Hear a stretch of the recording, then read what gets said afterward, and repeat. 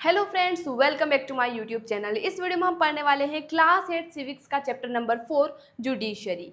क्या होता है जुडिशरी? आपने बहुत सारी ऐसी न्यूज़ देखी होगी जिसमें आपने सुप्रीम कोर्ट के बारे में सुना होगा या हाई कोर्ट के बारे में सुना होगा। जुडिशरी का मतलब होता है न्यायपालिका, ठीक है। और न्यायपालिका का नाम सुनते ही हमारे मन में क्या आता है? कोर्ट, अदालत, ठीक है। तो क्या अदालत जुडिशरी का पार्ट है? सब कुछ जानेंगे इस वीडियो में। तो चलिए शुरू करते हैं। सबसे पहले इंट्रोडक्शन देख लेते हैं कि आखिर हम इस चैप्टर में क्या क्या पढ़ने वाले हैं, ठीक है। सबसे पहले ऑब्वियसली हम जानेंगे कि आखिर जुडिशरी का काम क्या होता है, what is the role of judiciary, ठीक है। सबसे पहले रोल ऑफ जुडिशरी, उसके बाद हम जानेंगे कि एक इंडिपेंडेंट जुडिशरी क्या होता है। इंडिपेंडेंट जुडिशरी, ठीक है। अब इंडिपेंडेंट जुडिशरी कहाँ से आ जाती है, ठीक है। हम यहाँ पर पढ़ेंगे रोल ऑफ जुडिशरी, न्यायपालिका का क्या काम होता है। तो हमें पता है कि न्यायपालिका विवादों को सुलझाने का काम करती है, ठीक है। अब एक सिचुएशन इमेजिन कीजिए कि एक पॉलिटिकल लीडर और एक कॉमन व्यक्ति के बीच में अगर विवाद हो जाता है तो क्या यहाँ पर कोर्ट या जुडिशरी पार्शलिटी करता है? बिल्कुल नहीं। क्यों नहीं करता है? क्योंकि गवर्नमेंट या पॉलिटिकल पार्टी का कोई फोर्स नहीं होता है जुडिशरी के ऊपर। Judiciary is independent. तो वही हम जानेंगे इंडिपेंडेंट जुडिशरी क्या होता है, ठीक है। उसके बाद कोर्ट के बारे में पढ़ेंगे, यानी कि इंडिया में सिस्टम ऑफ कोर्ट्स क्या है वो हम यहाँ पर जानने वाले हैं, ठीक है।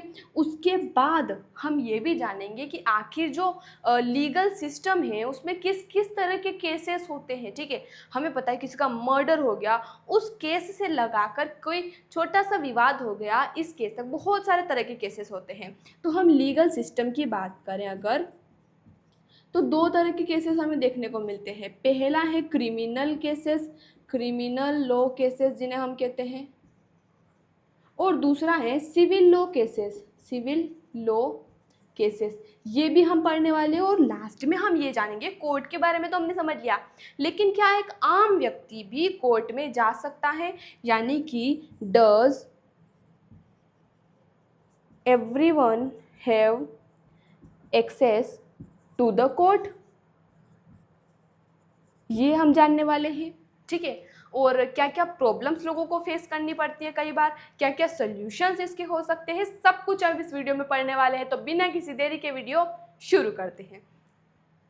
सबसे पहले हम जान लेते हैं रोल ऑफ जुडिशरी, ठीक है। रोल ऑफ जुडिशरी, जुडिशरी का मतलब तो मैंने आपको बता ही दिया। जुडिशरी को हिंदी में क्या बोलते हैं? न्यायपालिका बोलते हैं, ठीक है। जिसका मुख्य काम होता है विवादों को सुलझाना। लेकिन हम यहाँ पर थोड़ा सा और डिटेल में पढ़ लेते हैं। रोल ऑफ जुडिशरी में हमारे पास तीन चीज़ आती है, ठीक है। पहला कि डिस्प्यूट रेजोल्यूशन,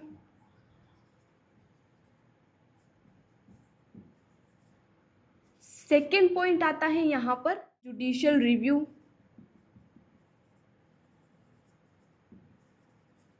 और थर्ड आता है upholding the law and enforcing the fundamental rights.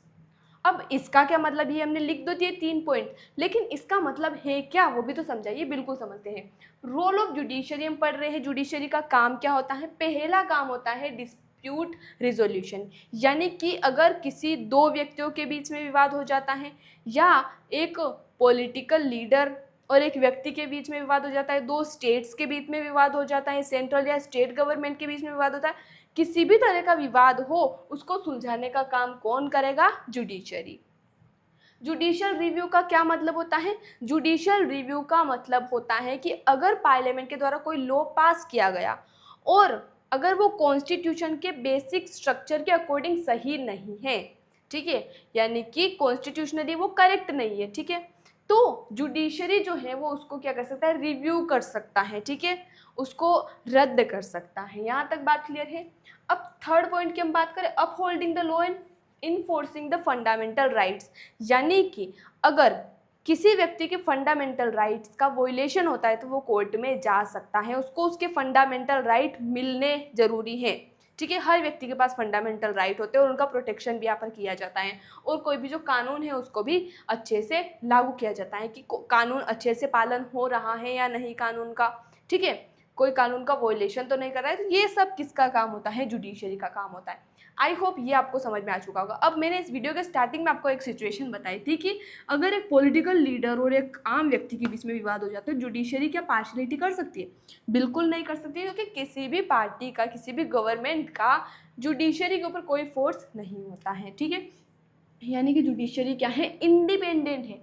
अब इसको थोड़ा सा और डिटेल में समझते हैं। तो हमने एक कॉन्स्टिट्यूशन में की फीचर पढ़ा था, अगर आपको याद हो, कॉन्स्टिट्यूशन वाला जो चैप्टर पढ़ा था हमने उसमें देखा था कि separation of power, separation of power ये क्या है? एक फीचर है कॉन्स्टिट्यूशन का, एक इम्पोर्टेंट फीचर है इंडियन कॉन्स्टिट्यूशन का। सेपरेशन ऑफ पावर का मतलब होता है कि जो पावर है वो गवर्नमेंट के 3 ऑर्गन्स में बराबर डिवाइडेड होती है, ठीक है। कौन कौन सा? लेजिस्लेचर, एग्जीक्यूटिव और जुडिशरी, ठीक है। तीनों के बीच में बराबर पावर होती है और तीनों एक दूसरे को चेक भी करते हैं ताकि कोई भी पावर का मिसयूज ना करे। लेजिस्लेचर का मतलब होता है जो भी कानून बनाते हैं, ठीक है, इम्प्लीमेंट नहीं करते, जैसे जिसमें पार्लियामेंट आता है, स्टेट लेजिस्लेचर आता है। एग्जीक्यूटिव की बात करें तो इसके अंदर वो व्यक्ति आते हैं जो कानून को लागू करते हैं, जैसे कि प्राइम मिनिस्टर, चीफ मिनिस्टर, ये सभी किसके अंदर आते हैं? एग्जीक्यूटिव। जुडिशरी के अंदर क्या आते हैं? कोर्ट्स आते हैं, ठीक है, यानी कि न्यायपालिका है, जहाँ पर जो भी कानून है उसका सही से पालन हो, उसका वॉयलेशन ना हो, अगर वॉयलेशन हो रहा है तो एक्शन लिया जाए। ये सभी काम होता है जुडिशरी का, ठीक है। जुडिशरी सबसे इंडिपेंडेंट है, यानी कि गवर्नमेंट जो है वो जज को सिलेक्ट नहीं करती है, जज को अपॉइंट गवर्नमेंट नहीं कर सकती, लेकिन उसको हटा भी नहीं सकती है, ठीक है। कि अगर पार्शलिटी होगी, जज सोच ले कि अगर मैं पॉलिटिकल पार्टी को सपोर्ट नहीं करूं तो मुझे जज के पद से इस्तीफा देना पड़े या हटना पड़ेगा। नहीं, बिल्कुल नहीं, क्योंकि गवर्नमेंट का कोई यहाँ पर रोल नहीं है, ठीक है। ये हमने बात कर लिया इंडिपेंडेंट जुडिशरी का, ठीक है। आई होप आपको चीज़ें क्लियर हो रही होगी। अगर कोई डाउट हो तो आप कमेंट में पूछ सकते हैं। हम यहाँ पर सिंपल सी बात कर रहे हैं कि सेपरेशन ऑफ पावर होता है, तीनों के पास अलग अलग पावर होती है, तीनों एक दूसरे को चेक करते हैं, और जुडिशरी ध्यान रखता है कि लोगों के राइट्स प्रोटेक्ट रहे, ठीक है, और जो एग्जीक्यूटिव है वो अपने पावर का मिसयूज ना करे, ठीक है। यहाँ तक बात क्लियर है? ये हमने देख लिया। इंडिपेंडेंट जुडिशरी की हमने बात कर लिया, यानी कि पार्शलिटी यहाँ पर नहीं होती ओवरऑल। सिस्टम ऑफ कोर्ट्स की अब बात कर लेते हैं। आखिर कोर्ट का इंतजार कर रहे थे, आप आ ही गया, ठीक है। सिस्टम ऑफ कोर्ट में हम क्या पढ़ेंगे कि इंडिया में कोर्ट्स का सिस्टम क्या है, ठीक है। तो इसको हम एक ट्राइंगल की हेल्प से समझ सकते हैं, ठीक है। तो 3 लेवल पर कोर्ट्स होते हैं, ठीक है। सबसे पहले अपेक्स लेवल पर, टॉप लेवल पर होता है सुप्रीम कोर्ट, सुप्रीम कोर्ट, ठीक है, जिसको कौन लीड करता है? चीफ जस्टिस ऑफ इंडिया, ठीक है। यहाँ पर हम लिख देते हैं चीफ जस्टिस ऑफ इंडिया, ठीक है। और सुप्रीम कोर्ट जो है वो कब बने थे? पहला सुप्रीम, हमें पता ही है कि सुप्रीम कोर्ट है। सुप्रीम कोर्ट कब बना था? तो सुप्रीम कोर्ट बना था 26 जनवरी 1950 को। और 26 जनवरी 1950 को क्या हुआ था एक और, वो भी आप कमेंट में ज़रूर बताएं। उसके बाद सेकेंड लेवल पर आते हैं हाई कोर्ट्स, ठीक है, जो कि एक स्टेट का हाईएस्ट कोर्ट होता है, ठीक है। हमें पता है कि इंडिया में 28 राज्य हैं, लेकिन 25 हाई कोर्ट हैं। अब ये कैसे हो सकता है?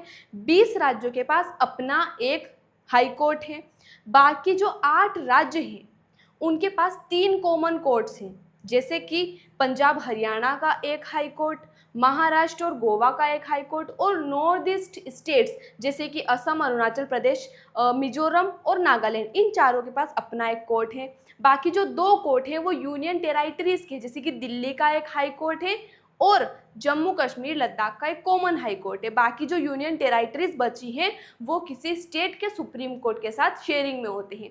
I hope this point is clear, ठीक है। हाई कोर्ट की अगर हम बात करें तो सबसे पहले कब बने थे? 1862 में बने थे, ठीक है, हमें पता ही है कब बने थे, 1862 में। और कहाँ पर बने थे सबसे पहले? 3 प्रेसिडेंसीज में बने थे, ठीक है। प्रेसिडेंसीज बताने की जरूरत है गाइस, बॉम्बे, मद्रास और बंगाल में बने थे, ठीक है। इसके बाद थर्ड लेवल पर कौन होता है, डिस्ट्रिक्ट कोर्ट। इसे कई सारे नामों से जाना जाता है, डिस्ट्रिक्ट कोर्ट, ठीक है। डिस्ट्रिक्ट कोर्ट में क्या होता है, डिस्ट्रिक्ट जज होता है, ठीक है। यहाँ तक बात है। और सेम केस होता है, हर डिस्ट्रिक्ट का अपना कोर्ट हो सकता है, कुछ का शेयरिंग में हो सकता है, एरिया पॉपुलेशन पर डिपेंड करता है। I hope this points are clear. अब हम आगे बढ़ते हैं, अब लीगल सिस्टम की बात कर लेते हैं, ठीक है। लीगल सिस्टम की हम क्या बात करेंगे यहाँ पर, सबसे पहले इसको थोड़ा सा और समझ लेते हैं। हम कोर्ट की बात करें, जो तीनों कोर्ट होते हैं ये आपस में क्या होते हैं, इंटरडिपेंडेंट होते हैं, इंटरडिपेंडेंट यानी कि एक दूसरे पर डिपेंड होते हैं। और सबसे हायर लेवल पर सुप्रीम कोर्ट होता है, यानी कि सुप्रीम कोर्ट अगर कोई फैसला फाइनल कर देता है, कोई भी अगर मान लीजिए कोई एक प्रॉब्लम है, एक डिस्प्यूट है, अगर कोई व्यक्ति सबसे पहले कहाँ जाएगा, डिस्ट्रिक्ट कोर्ट में। अगर वहाँ पर सोल्यूशन नहीं होता है हाई कोर्ट में, हाई कोर्ट में सोल्यूशन नहीं होता है सुप्रीम कोर्ट में। सुप्रीम कोर्ट का जो जजमेंट होगा फाइनल होगा, यानी कि हाई कोर्ट भी उसे डिनाई नहीं कर सकता और डिस्ट्रिक्ट कोर्ट भी नहीं, ठीक है। तो ये तीनों एक दूसरे पे इंटरडिपेंडेंट होते हैं। अपील का यहाँ पर सिस्टम होता है, हमें पता ही है कि एक लेवल पर आपको अगर नहीं मिलता है न्याय तो दूसरे लेवल पर, तीसरे लेवल पर आप जा सकते हैं। यहाँ तक बात क्लियर है। अब इस इंटरडिपेंडेंट वाले या अपील वाले सिस्टम को एक एग्जाम्पल से समझते हैं, ठीक है। 1985 में एक केस हुआ था, ठीक है। इस केस को थोड़ा सा ध्यान से आप सुनिएगा। लक्ष्मण और सुधा दोनों की शादी होती है और फिर कुछ समय बाद क्या होता है, 1980 की बात कर रहे हैं, लक्ष्मण और सुधा की शादी होती है और कुछ समय बाद सुधा की जलकर मृत्यु हो जाती है। सुधा के फैमिली वाले जाते हैं डिस्ट्रिक्ट कोर्ट में, ये कहते हैं कि जो सुधा के ससुराल वाले हैं यानी कि लक्ष्मण और उसकी मदर, उन्होंने इसकी साड़ी में आग लगाई है पेट्रोल डालकर और इसे मार दिया है जलाकर, क्योंकि उन्हें ज़्यादा दहेज चाहिए था, ज़्यादा पैसे चाहिए थे, ठीक है। अब डिस्ट्रिक्ट कोर्ट ने फैसला सुनाया कि हाँ लक्ष्मण और उसकी मदर दोनों गिल्टी हैं, लेकिन लक्ष्मण और उसकी मदर कहते हैं कि हम गिल्टी नहीं है, तो वो हाई कोर्ट में जाते हैं। हाई कोर्ट में क्या होता है, हाई कोर्ट में ये फाइनली फैसला सुनाया जाता है कि लक्ष्मण और उसकी जो मदर है वो गिल्टी नहीं है। एक्सीडेंट से, यानी कि हो सकता है वो कुछ काम कर रही हो सुधा और उसकी जलकर मृत्यु हो गई हो, ठीक है, आग लगने की वजह से। लेकिन सुधा की फैमिली वाले सुप्रीम कोर्ट में जाते हैं, क्योंकि उन्हें पता था कि जो लक्ष्मण है और उसकी मदर है वो गिल्टी है, तो वो सुप्रीम कोर्ट में जाते हैं और सुप्रीम कोर्ट फाइनली ये फैसला सुनाती है कि लक्ष्मण और उसकी मदर जो है वो गिल्टी हैं, ठीक है। तो 1980s के समय कुछ हमें पता है प्रोटेस्ट भी हो रहा था डोवरी डेथ को लेकर, कि दहेज की वजह से महिलाओं को उनके ससुराल वालों की तरफ से मार दिया जाता है। ये मूवमेंट भी उस समय चल रहे थे और 1985 में फाइनली ये डिसीजन लिया गया, सुप्रीम कोर्ट के द्वारा जजमेंट दिया गया कि जो सुधा की डेथ है वो डोवरी डेथ है, यानी कि उसके ससुराल वालों ने, इन लॉज ने उसकी हत्या करी है, मर्डर किया है। यहाँ तक आपको आई होप समझ आ चुका होगा। तो इस तरीके से हम अपील कर सकते हैं डिस्ट्रिक्ट से हाई, हाई से सुप्रीम कोर्ट में। आई hope this point is clear. इसके बाद लीगल सिस्टम की हम बात कर लेते हैं, ठीक है। लीगल सिस्टम की हम बात करेंगे। लीगल सिस्टम जो है, ठीक है, यानी कि जो जुडिशरी का सिस्टम है वो दो तरह के केसेस के साथ डील करता है, ठीक है। केस दो तरह के हो सकते हैं, आप कह सकते हैं।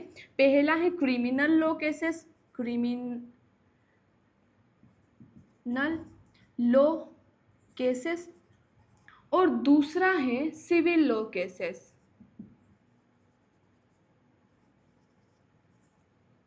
अब ये क्या होता है, क्रिमिनल लॉ केसेस का मतलब होता है ऐसे केसेस जिसमें क्रिमिनल लॉ का वायलेशन हुआ है। अब इसका क्या मतलब है, क्रिमिनल लॉ का मतलब है, क्रिमिनल लॉ का वायलेशन का मतलब है जैसे कि अगर हेरासमेंट हुआ है, मर्डर हुआ है, डोवरी डेथ, ये सभी जो है क्रिमिनल लॉ केसेस के अंदर आते हैं। और इसमें लीगल प्रोसीजर क्या होती है, सबसे पहले फर्स्ट इन्फॉर्मेशन रिपोर्ट यानी कि एफआईआर होती है, पुलिस इन्वेस्टिगेशन होती है, उसके बाद कोर्ट में केस फाइल किया जाता है और प्रोसीजर चलती है। सिविल लॉ केसेस की बात करें तो ये ऐसे केस होते हैं जिसमें सिविल लॉज का वायलेशन हुआ है। इसका मतलब है जैसे कि अगर कोई डिस्प्यूट हुआ है, ठीक है, मारामारी हो गई है, अगर किराएदार और मकान मालिक के बीच में विवाद हो गया है, तो इस तरह के जो डिस्प्यूट होते हैं वो सिविल लॉ केसेस के अंदर आते हैं। इसमें लीगल प्रोसीजर क्या होती है, जिसके साथ बुरा हुआ है, ठीक है, वो क्या करेगा, वो एक पिटीशन फाइल करता है, ठीक है, और पिटीशन फाइल करने के बाद आप कोर्ट में जा सकते हैं। ये यहाँ पर लीगल प्रोसीजर होती है, ठीक है। एक बार और सुन लीजिए, क्रिमिनल लॉ केसेस वो होते हैं जिसमें क्रिमिनल लॉ का वोल्यूशन हुआ है। फॉर एग्जांपल, अगर किसी का मर्डर हुआ है, डोरी डेथ है, हेरासमेंट है, इसमें एफआईआर होती है, पुलिस इन्वेस्टिगेशन होती है, उसके बाद कोर्ट में जा सकते हैं। सिविल लॉ केसेस ऐसे केसेस होते हैं जिसमें सिविल लॉ का वॉयलेशन हुआ है। फॉर एग्जांपल, अगर कोई डिस्प्यूट है, जैसे कि किराएदार और मकान मालिक के बीच में डिस्प्यूट है, इस तरह के केसेस में क्या होता है, लीगल प्रोसीजर क्या होती है, जिसके साथ गलत हुआ है वो पिटीशन फाइल करता है और कोर्ट में जा सकता है। ये यहाँ पर लीगल प्रोसीजर होती है, ठीक है। I hope this points are clear. इसके बाद हम जान लेते हैं, does everyone have access to the court. अब यहाँ पर थोड़ा सा जानने वाली बात है, does everyone have access to court. अब सिद्धांतिक तौर पर देखा जाए, थ्योरेटिकली, तो प्रिंसिपल कहता है कि हर कोई कोर्ट में जा सकता है, every citizen can approach the court. लेकिन यहाँ पर इन रियलिटी अगर हम बात करें तो आज भी कुछ व्यक्ति जो हैं वो कोर्ट पर नहीं जा सकते। कोर्ट में क्यों नहीं जा सकते हैं, क्योंकि इसमें बहुत ज़्यादा एक तो मनी लगता है, पेपर वर्क होता है, ठीक है, और जिनको पढ़ने में प्रॉब्लम है या समझ नहीं आता है पेपर वर्क, तो वो इसलिए नहीं जाते कि हमें समझ में नहीं आएगा, ठीक है। उसके बाद इसमें बहुत टाइम भी लगता है। तो अगर कोई व्यक्ति है जो डेली काम करता है और उसकी वजह से उसे वेज मिलती है, तो डेली अपने काम को छोड़कर कोई कैसे जा सकता है इतने लंबे समय के लिए। तो ये कुछ प्रॉब्लम्स हैं, इसीलिए सुप्रीम कोर्ट ने पीआईएल का सिस्टम इंट्रोड्यूस किया है। पीआईएल का सिस्टम यानी कि पब्लिक इंटरेस्ट लिटिगेशन। इसका क्या मतलब है, पीआईएल जिसे हम कहते हैं। पीआईएल का मतलब है कि अगर कोई व्यक्ति कोर्ट में नहीं जा सकता है तो उसके बिहाफ में, यानी कि उसकी तरफ से कोई पब्लिक स्पिरिट पर्सन या फिर कोई ऑर्गेनाइजेशन जो है वो कोर्ट में अप्रोच कर सकता है, ठीक है। यहाँ तक बात क्लियर है। अगर आपको पता हो तो जो मिड डे मील है, जो आज गवर्नमेंट स्कूल में बच्चे रिसीव करते हैं, मिड डे मील जो है वो पीआईएल की वजह से ही आया था। यानी कि 2001 में क्या हुआ कि एक ऑर्गेनाइजेशन था, People's Union of Civil Liberties, People's Union of Civil Liberties. तो इस ऑर्गेनाइजेशन ने केस फाइल किया सुप्रीम कोर्ट में, पीआईएल फाइल किया बेसिकली, कि जो आर्टिकल 21 है कॉन्स्टिट्यूशन का, जो हमें कहता है राइट टू लाइफ, उसके अंदर राइट टू फूड भी इंक्लूड है, और उस समय बच्चों को खाना नहीं मिल रहा था। तो इस वजह से ये जो पीआईएल फाइल किया गया था और finally midday meal scheme जो है वो लागू की गई थी। तो आई होप ये पॉइंट आपको क्लियर हो चुका होगा। पब्लिक इंटरेस्ट लिटिगेशन का मतलब होता है कि किसी के बिहाफ में कोई ऑर्गेनाइजेशन या कोई व्यक्ति कोर्ट में जा सकता है। अगर जो व्यक्ति है जिसके साथ गलत हुआ है, जिसके साथ कोई प्रॉब्लम है, वो कोर्ट में नहीं जा सकता तो उसके बिहाफ में कोई और जा सकता है, ठीक है। For example midday meal scheme की अगर हम बात करें, यहाँ तक बात क्लियर है। अब कुछ और भी प्रॉब्लम्स होती हैं, ये एक प्रॉब्लम नहीं है, मनी, पेपर वर्क, टाइम, इसके अलावा भी जैसे अगर हम बात करें, कई बार जो जजमेंट होता है, जजमेंट जो होता है वो अगेंस्ट होता है पब्लिक इंटरेस्ट, ठीक है। कई बार मान लीजिए अगर कोई जजमेंट फाइनल हो गया लेकिन वो पब्लिक इंटरेस्ट में नहीं है, तो ये एक प्रॉब्लम हो सकती है। इसके अलावा अगर हम बात करें तो यहाँ पर टाइम बहुत ज़्यादा लगता है, टाइम बहुत ज़्यादा लगता है। इसीलिए कई बार कहा जाता है कि justice delayed is justice denied. इसका क्या मतलब है, इसका मतलब है कि अगर समय पर न्याय नहीं मिलता है तो बाद में न्याय मिलना न्याय न मिलने के बराबर है। मान लीजिए कि कोई इनोसेंट व्यक्ति है जिसने कोई गुनाह नहीं किया, लेकिन बाय डिफ़ॉल्ट वो अगर जेल में चला जाता है और 20 साल बाद जजमेंट आता है कि ये व्यक्ति तो बेगुनाह है, तो क्या फ़ायदा, उस जस्टिस का क्या फ़ायदा, क्योंकि उसके जीवन के 20 साल तो बर्बाद हो चुके। तो इसीलिए कई बार कहा जाता है कि justice delayed is justice denied. I hope आपको ये सारी चीज़ें क्लियर हो चुकी होगी। एक बार क्विक रिवीजन हम कर लेते हैं, ठीक है। रोल ऑफ जुडिशरी हमने पढ़ा, जुडिशरी डिस्प्यूट रिजोल्यूशन करता है, जुडिशियल रिव्यू करता है और लोगों के राइट को प्रोटेक्ट करता है। इंडिपेंडेंट जुडिशरी क्या होता है, हमें पता है गवर्नमेंट के 3 ऑर्गन्स में पावर जो है उसका सेपरेशन होता है और जुडिशरी जो है वो इंडिपेंडेंट है, यानी कि किसी गवर्नमेंट या पॉलिटिकल पार्टी का उस पर फोर्स नहीं होता है। सिस्टम ऑफ कोर्ट की बात करें तो सुप्रीम कोर्ट, हाई कोर्ट और डिस्ट्रिक्ट कोर्ट होता है। लीगल सिस्टम में क्रिमिनल लॉ केसेस और सिविल लॉ केसेस होते हैं और हर कोई कोर्ट में जा सकता है, तो कई बार कुछ लोग नहीं जा सकते जिसकी वजह से PIL का सिस्टम इंट्रोड्यूस किया गया था। उसके अलावा भी कुछ प्रॉब्लम है, जैसे कई बार जजमेंट पब्लिक इंटरेस्ट के अगेंस्ट होता है, कई बार टाइम बहुत ज़्यादा लग जाता है, इसलिए justice delayed is justice denied कहा जाता है। आई होप आपको चैप्टर समझ आ चुका होगा। मिलते हैं अगले वीडियो में नए चैप्टर के साथ। धन्यवाद।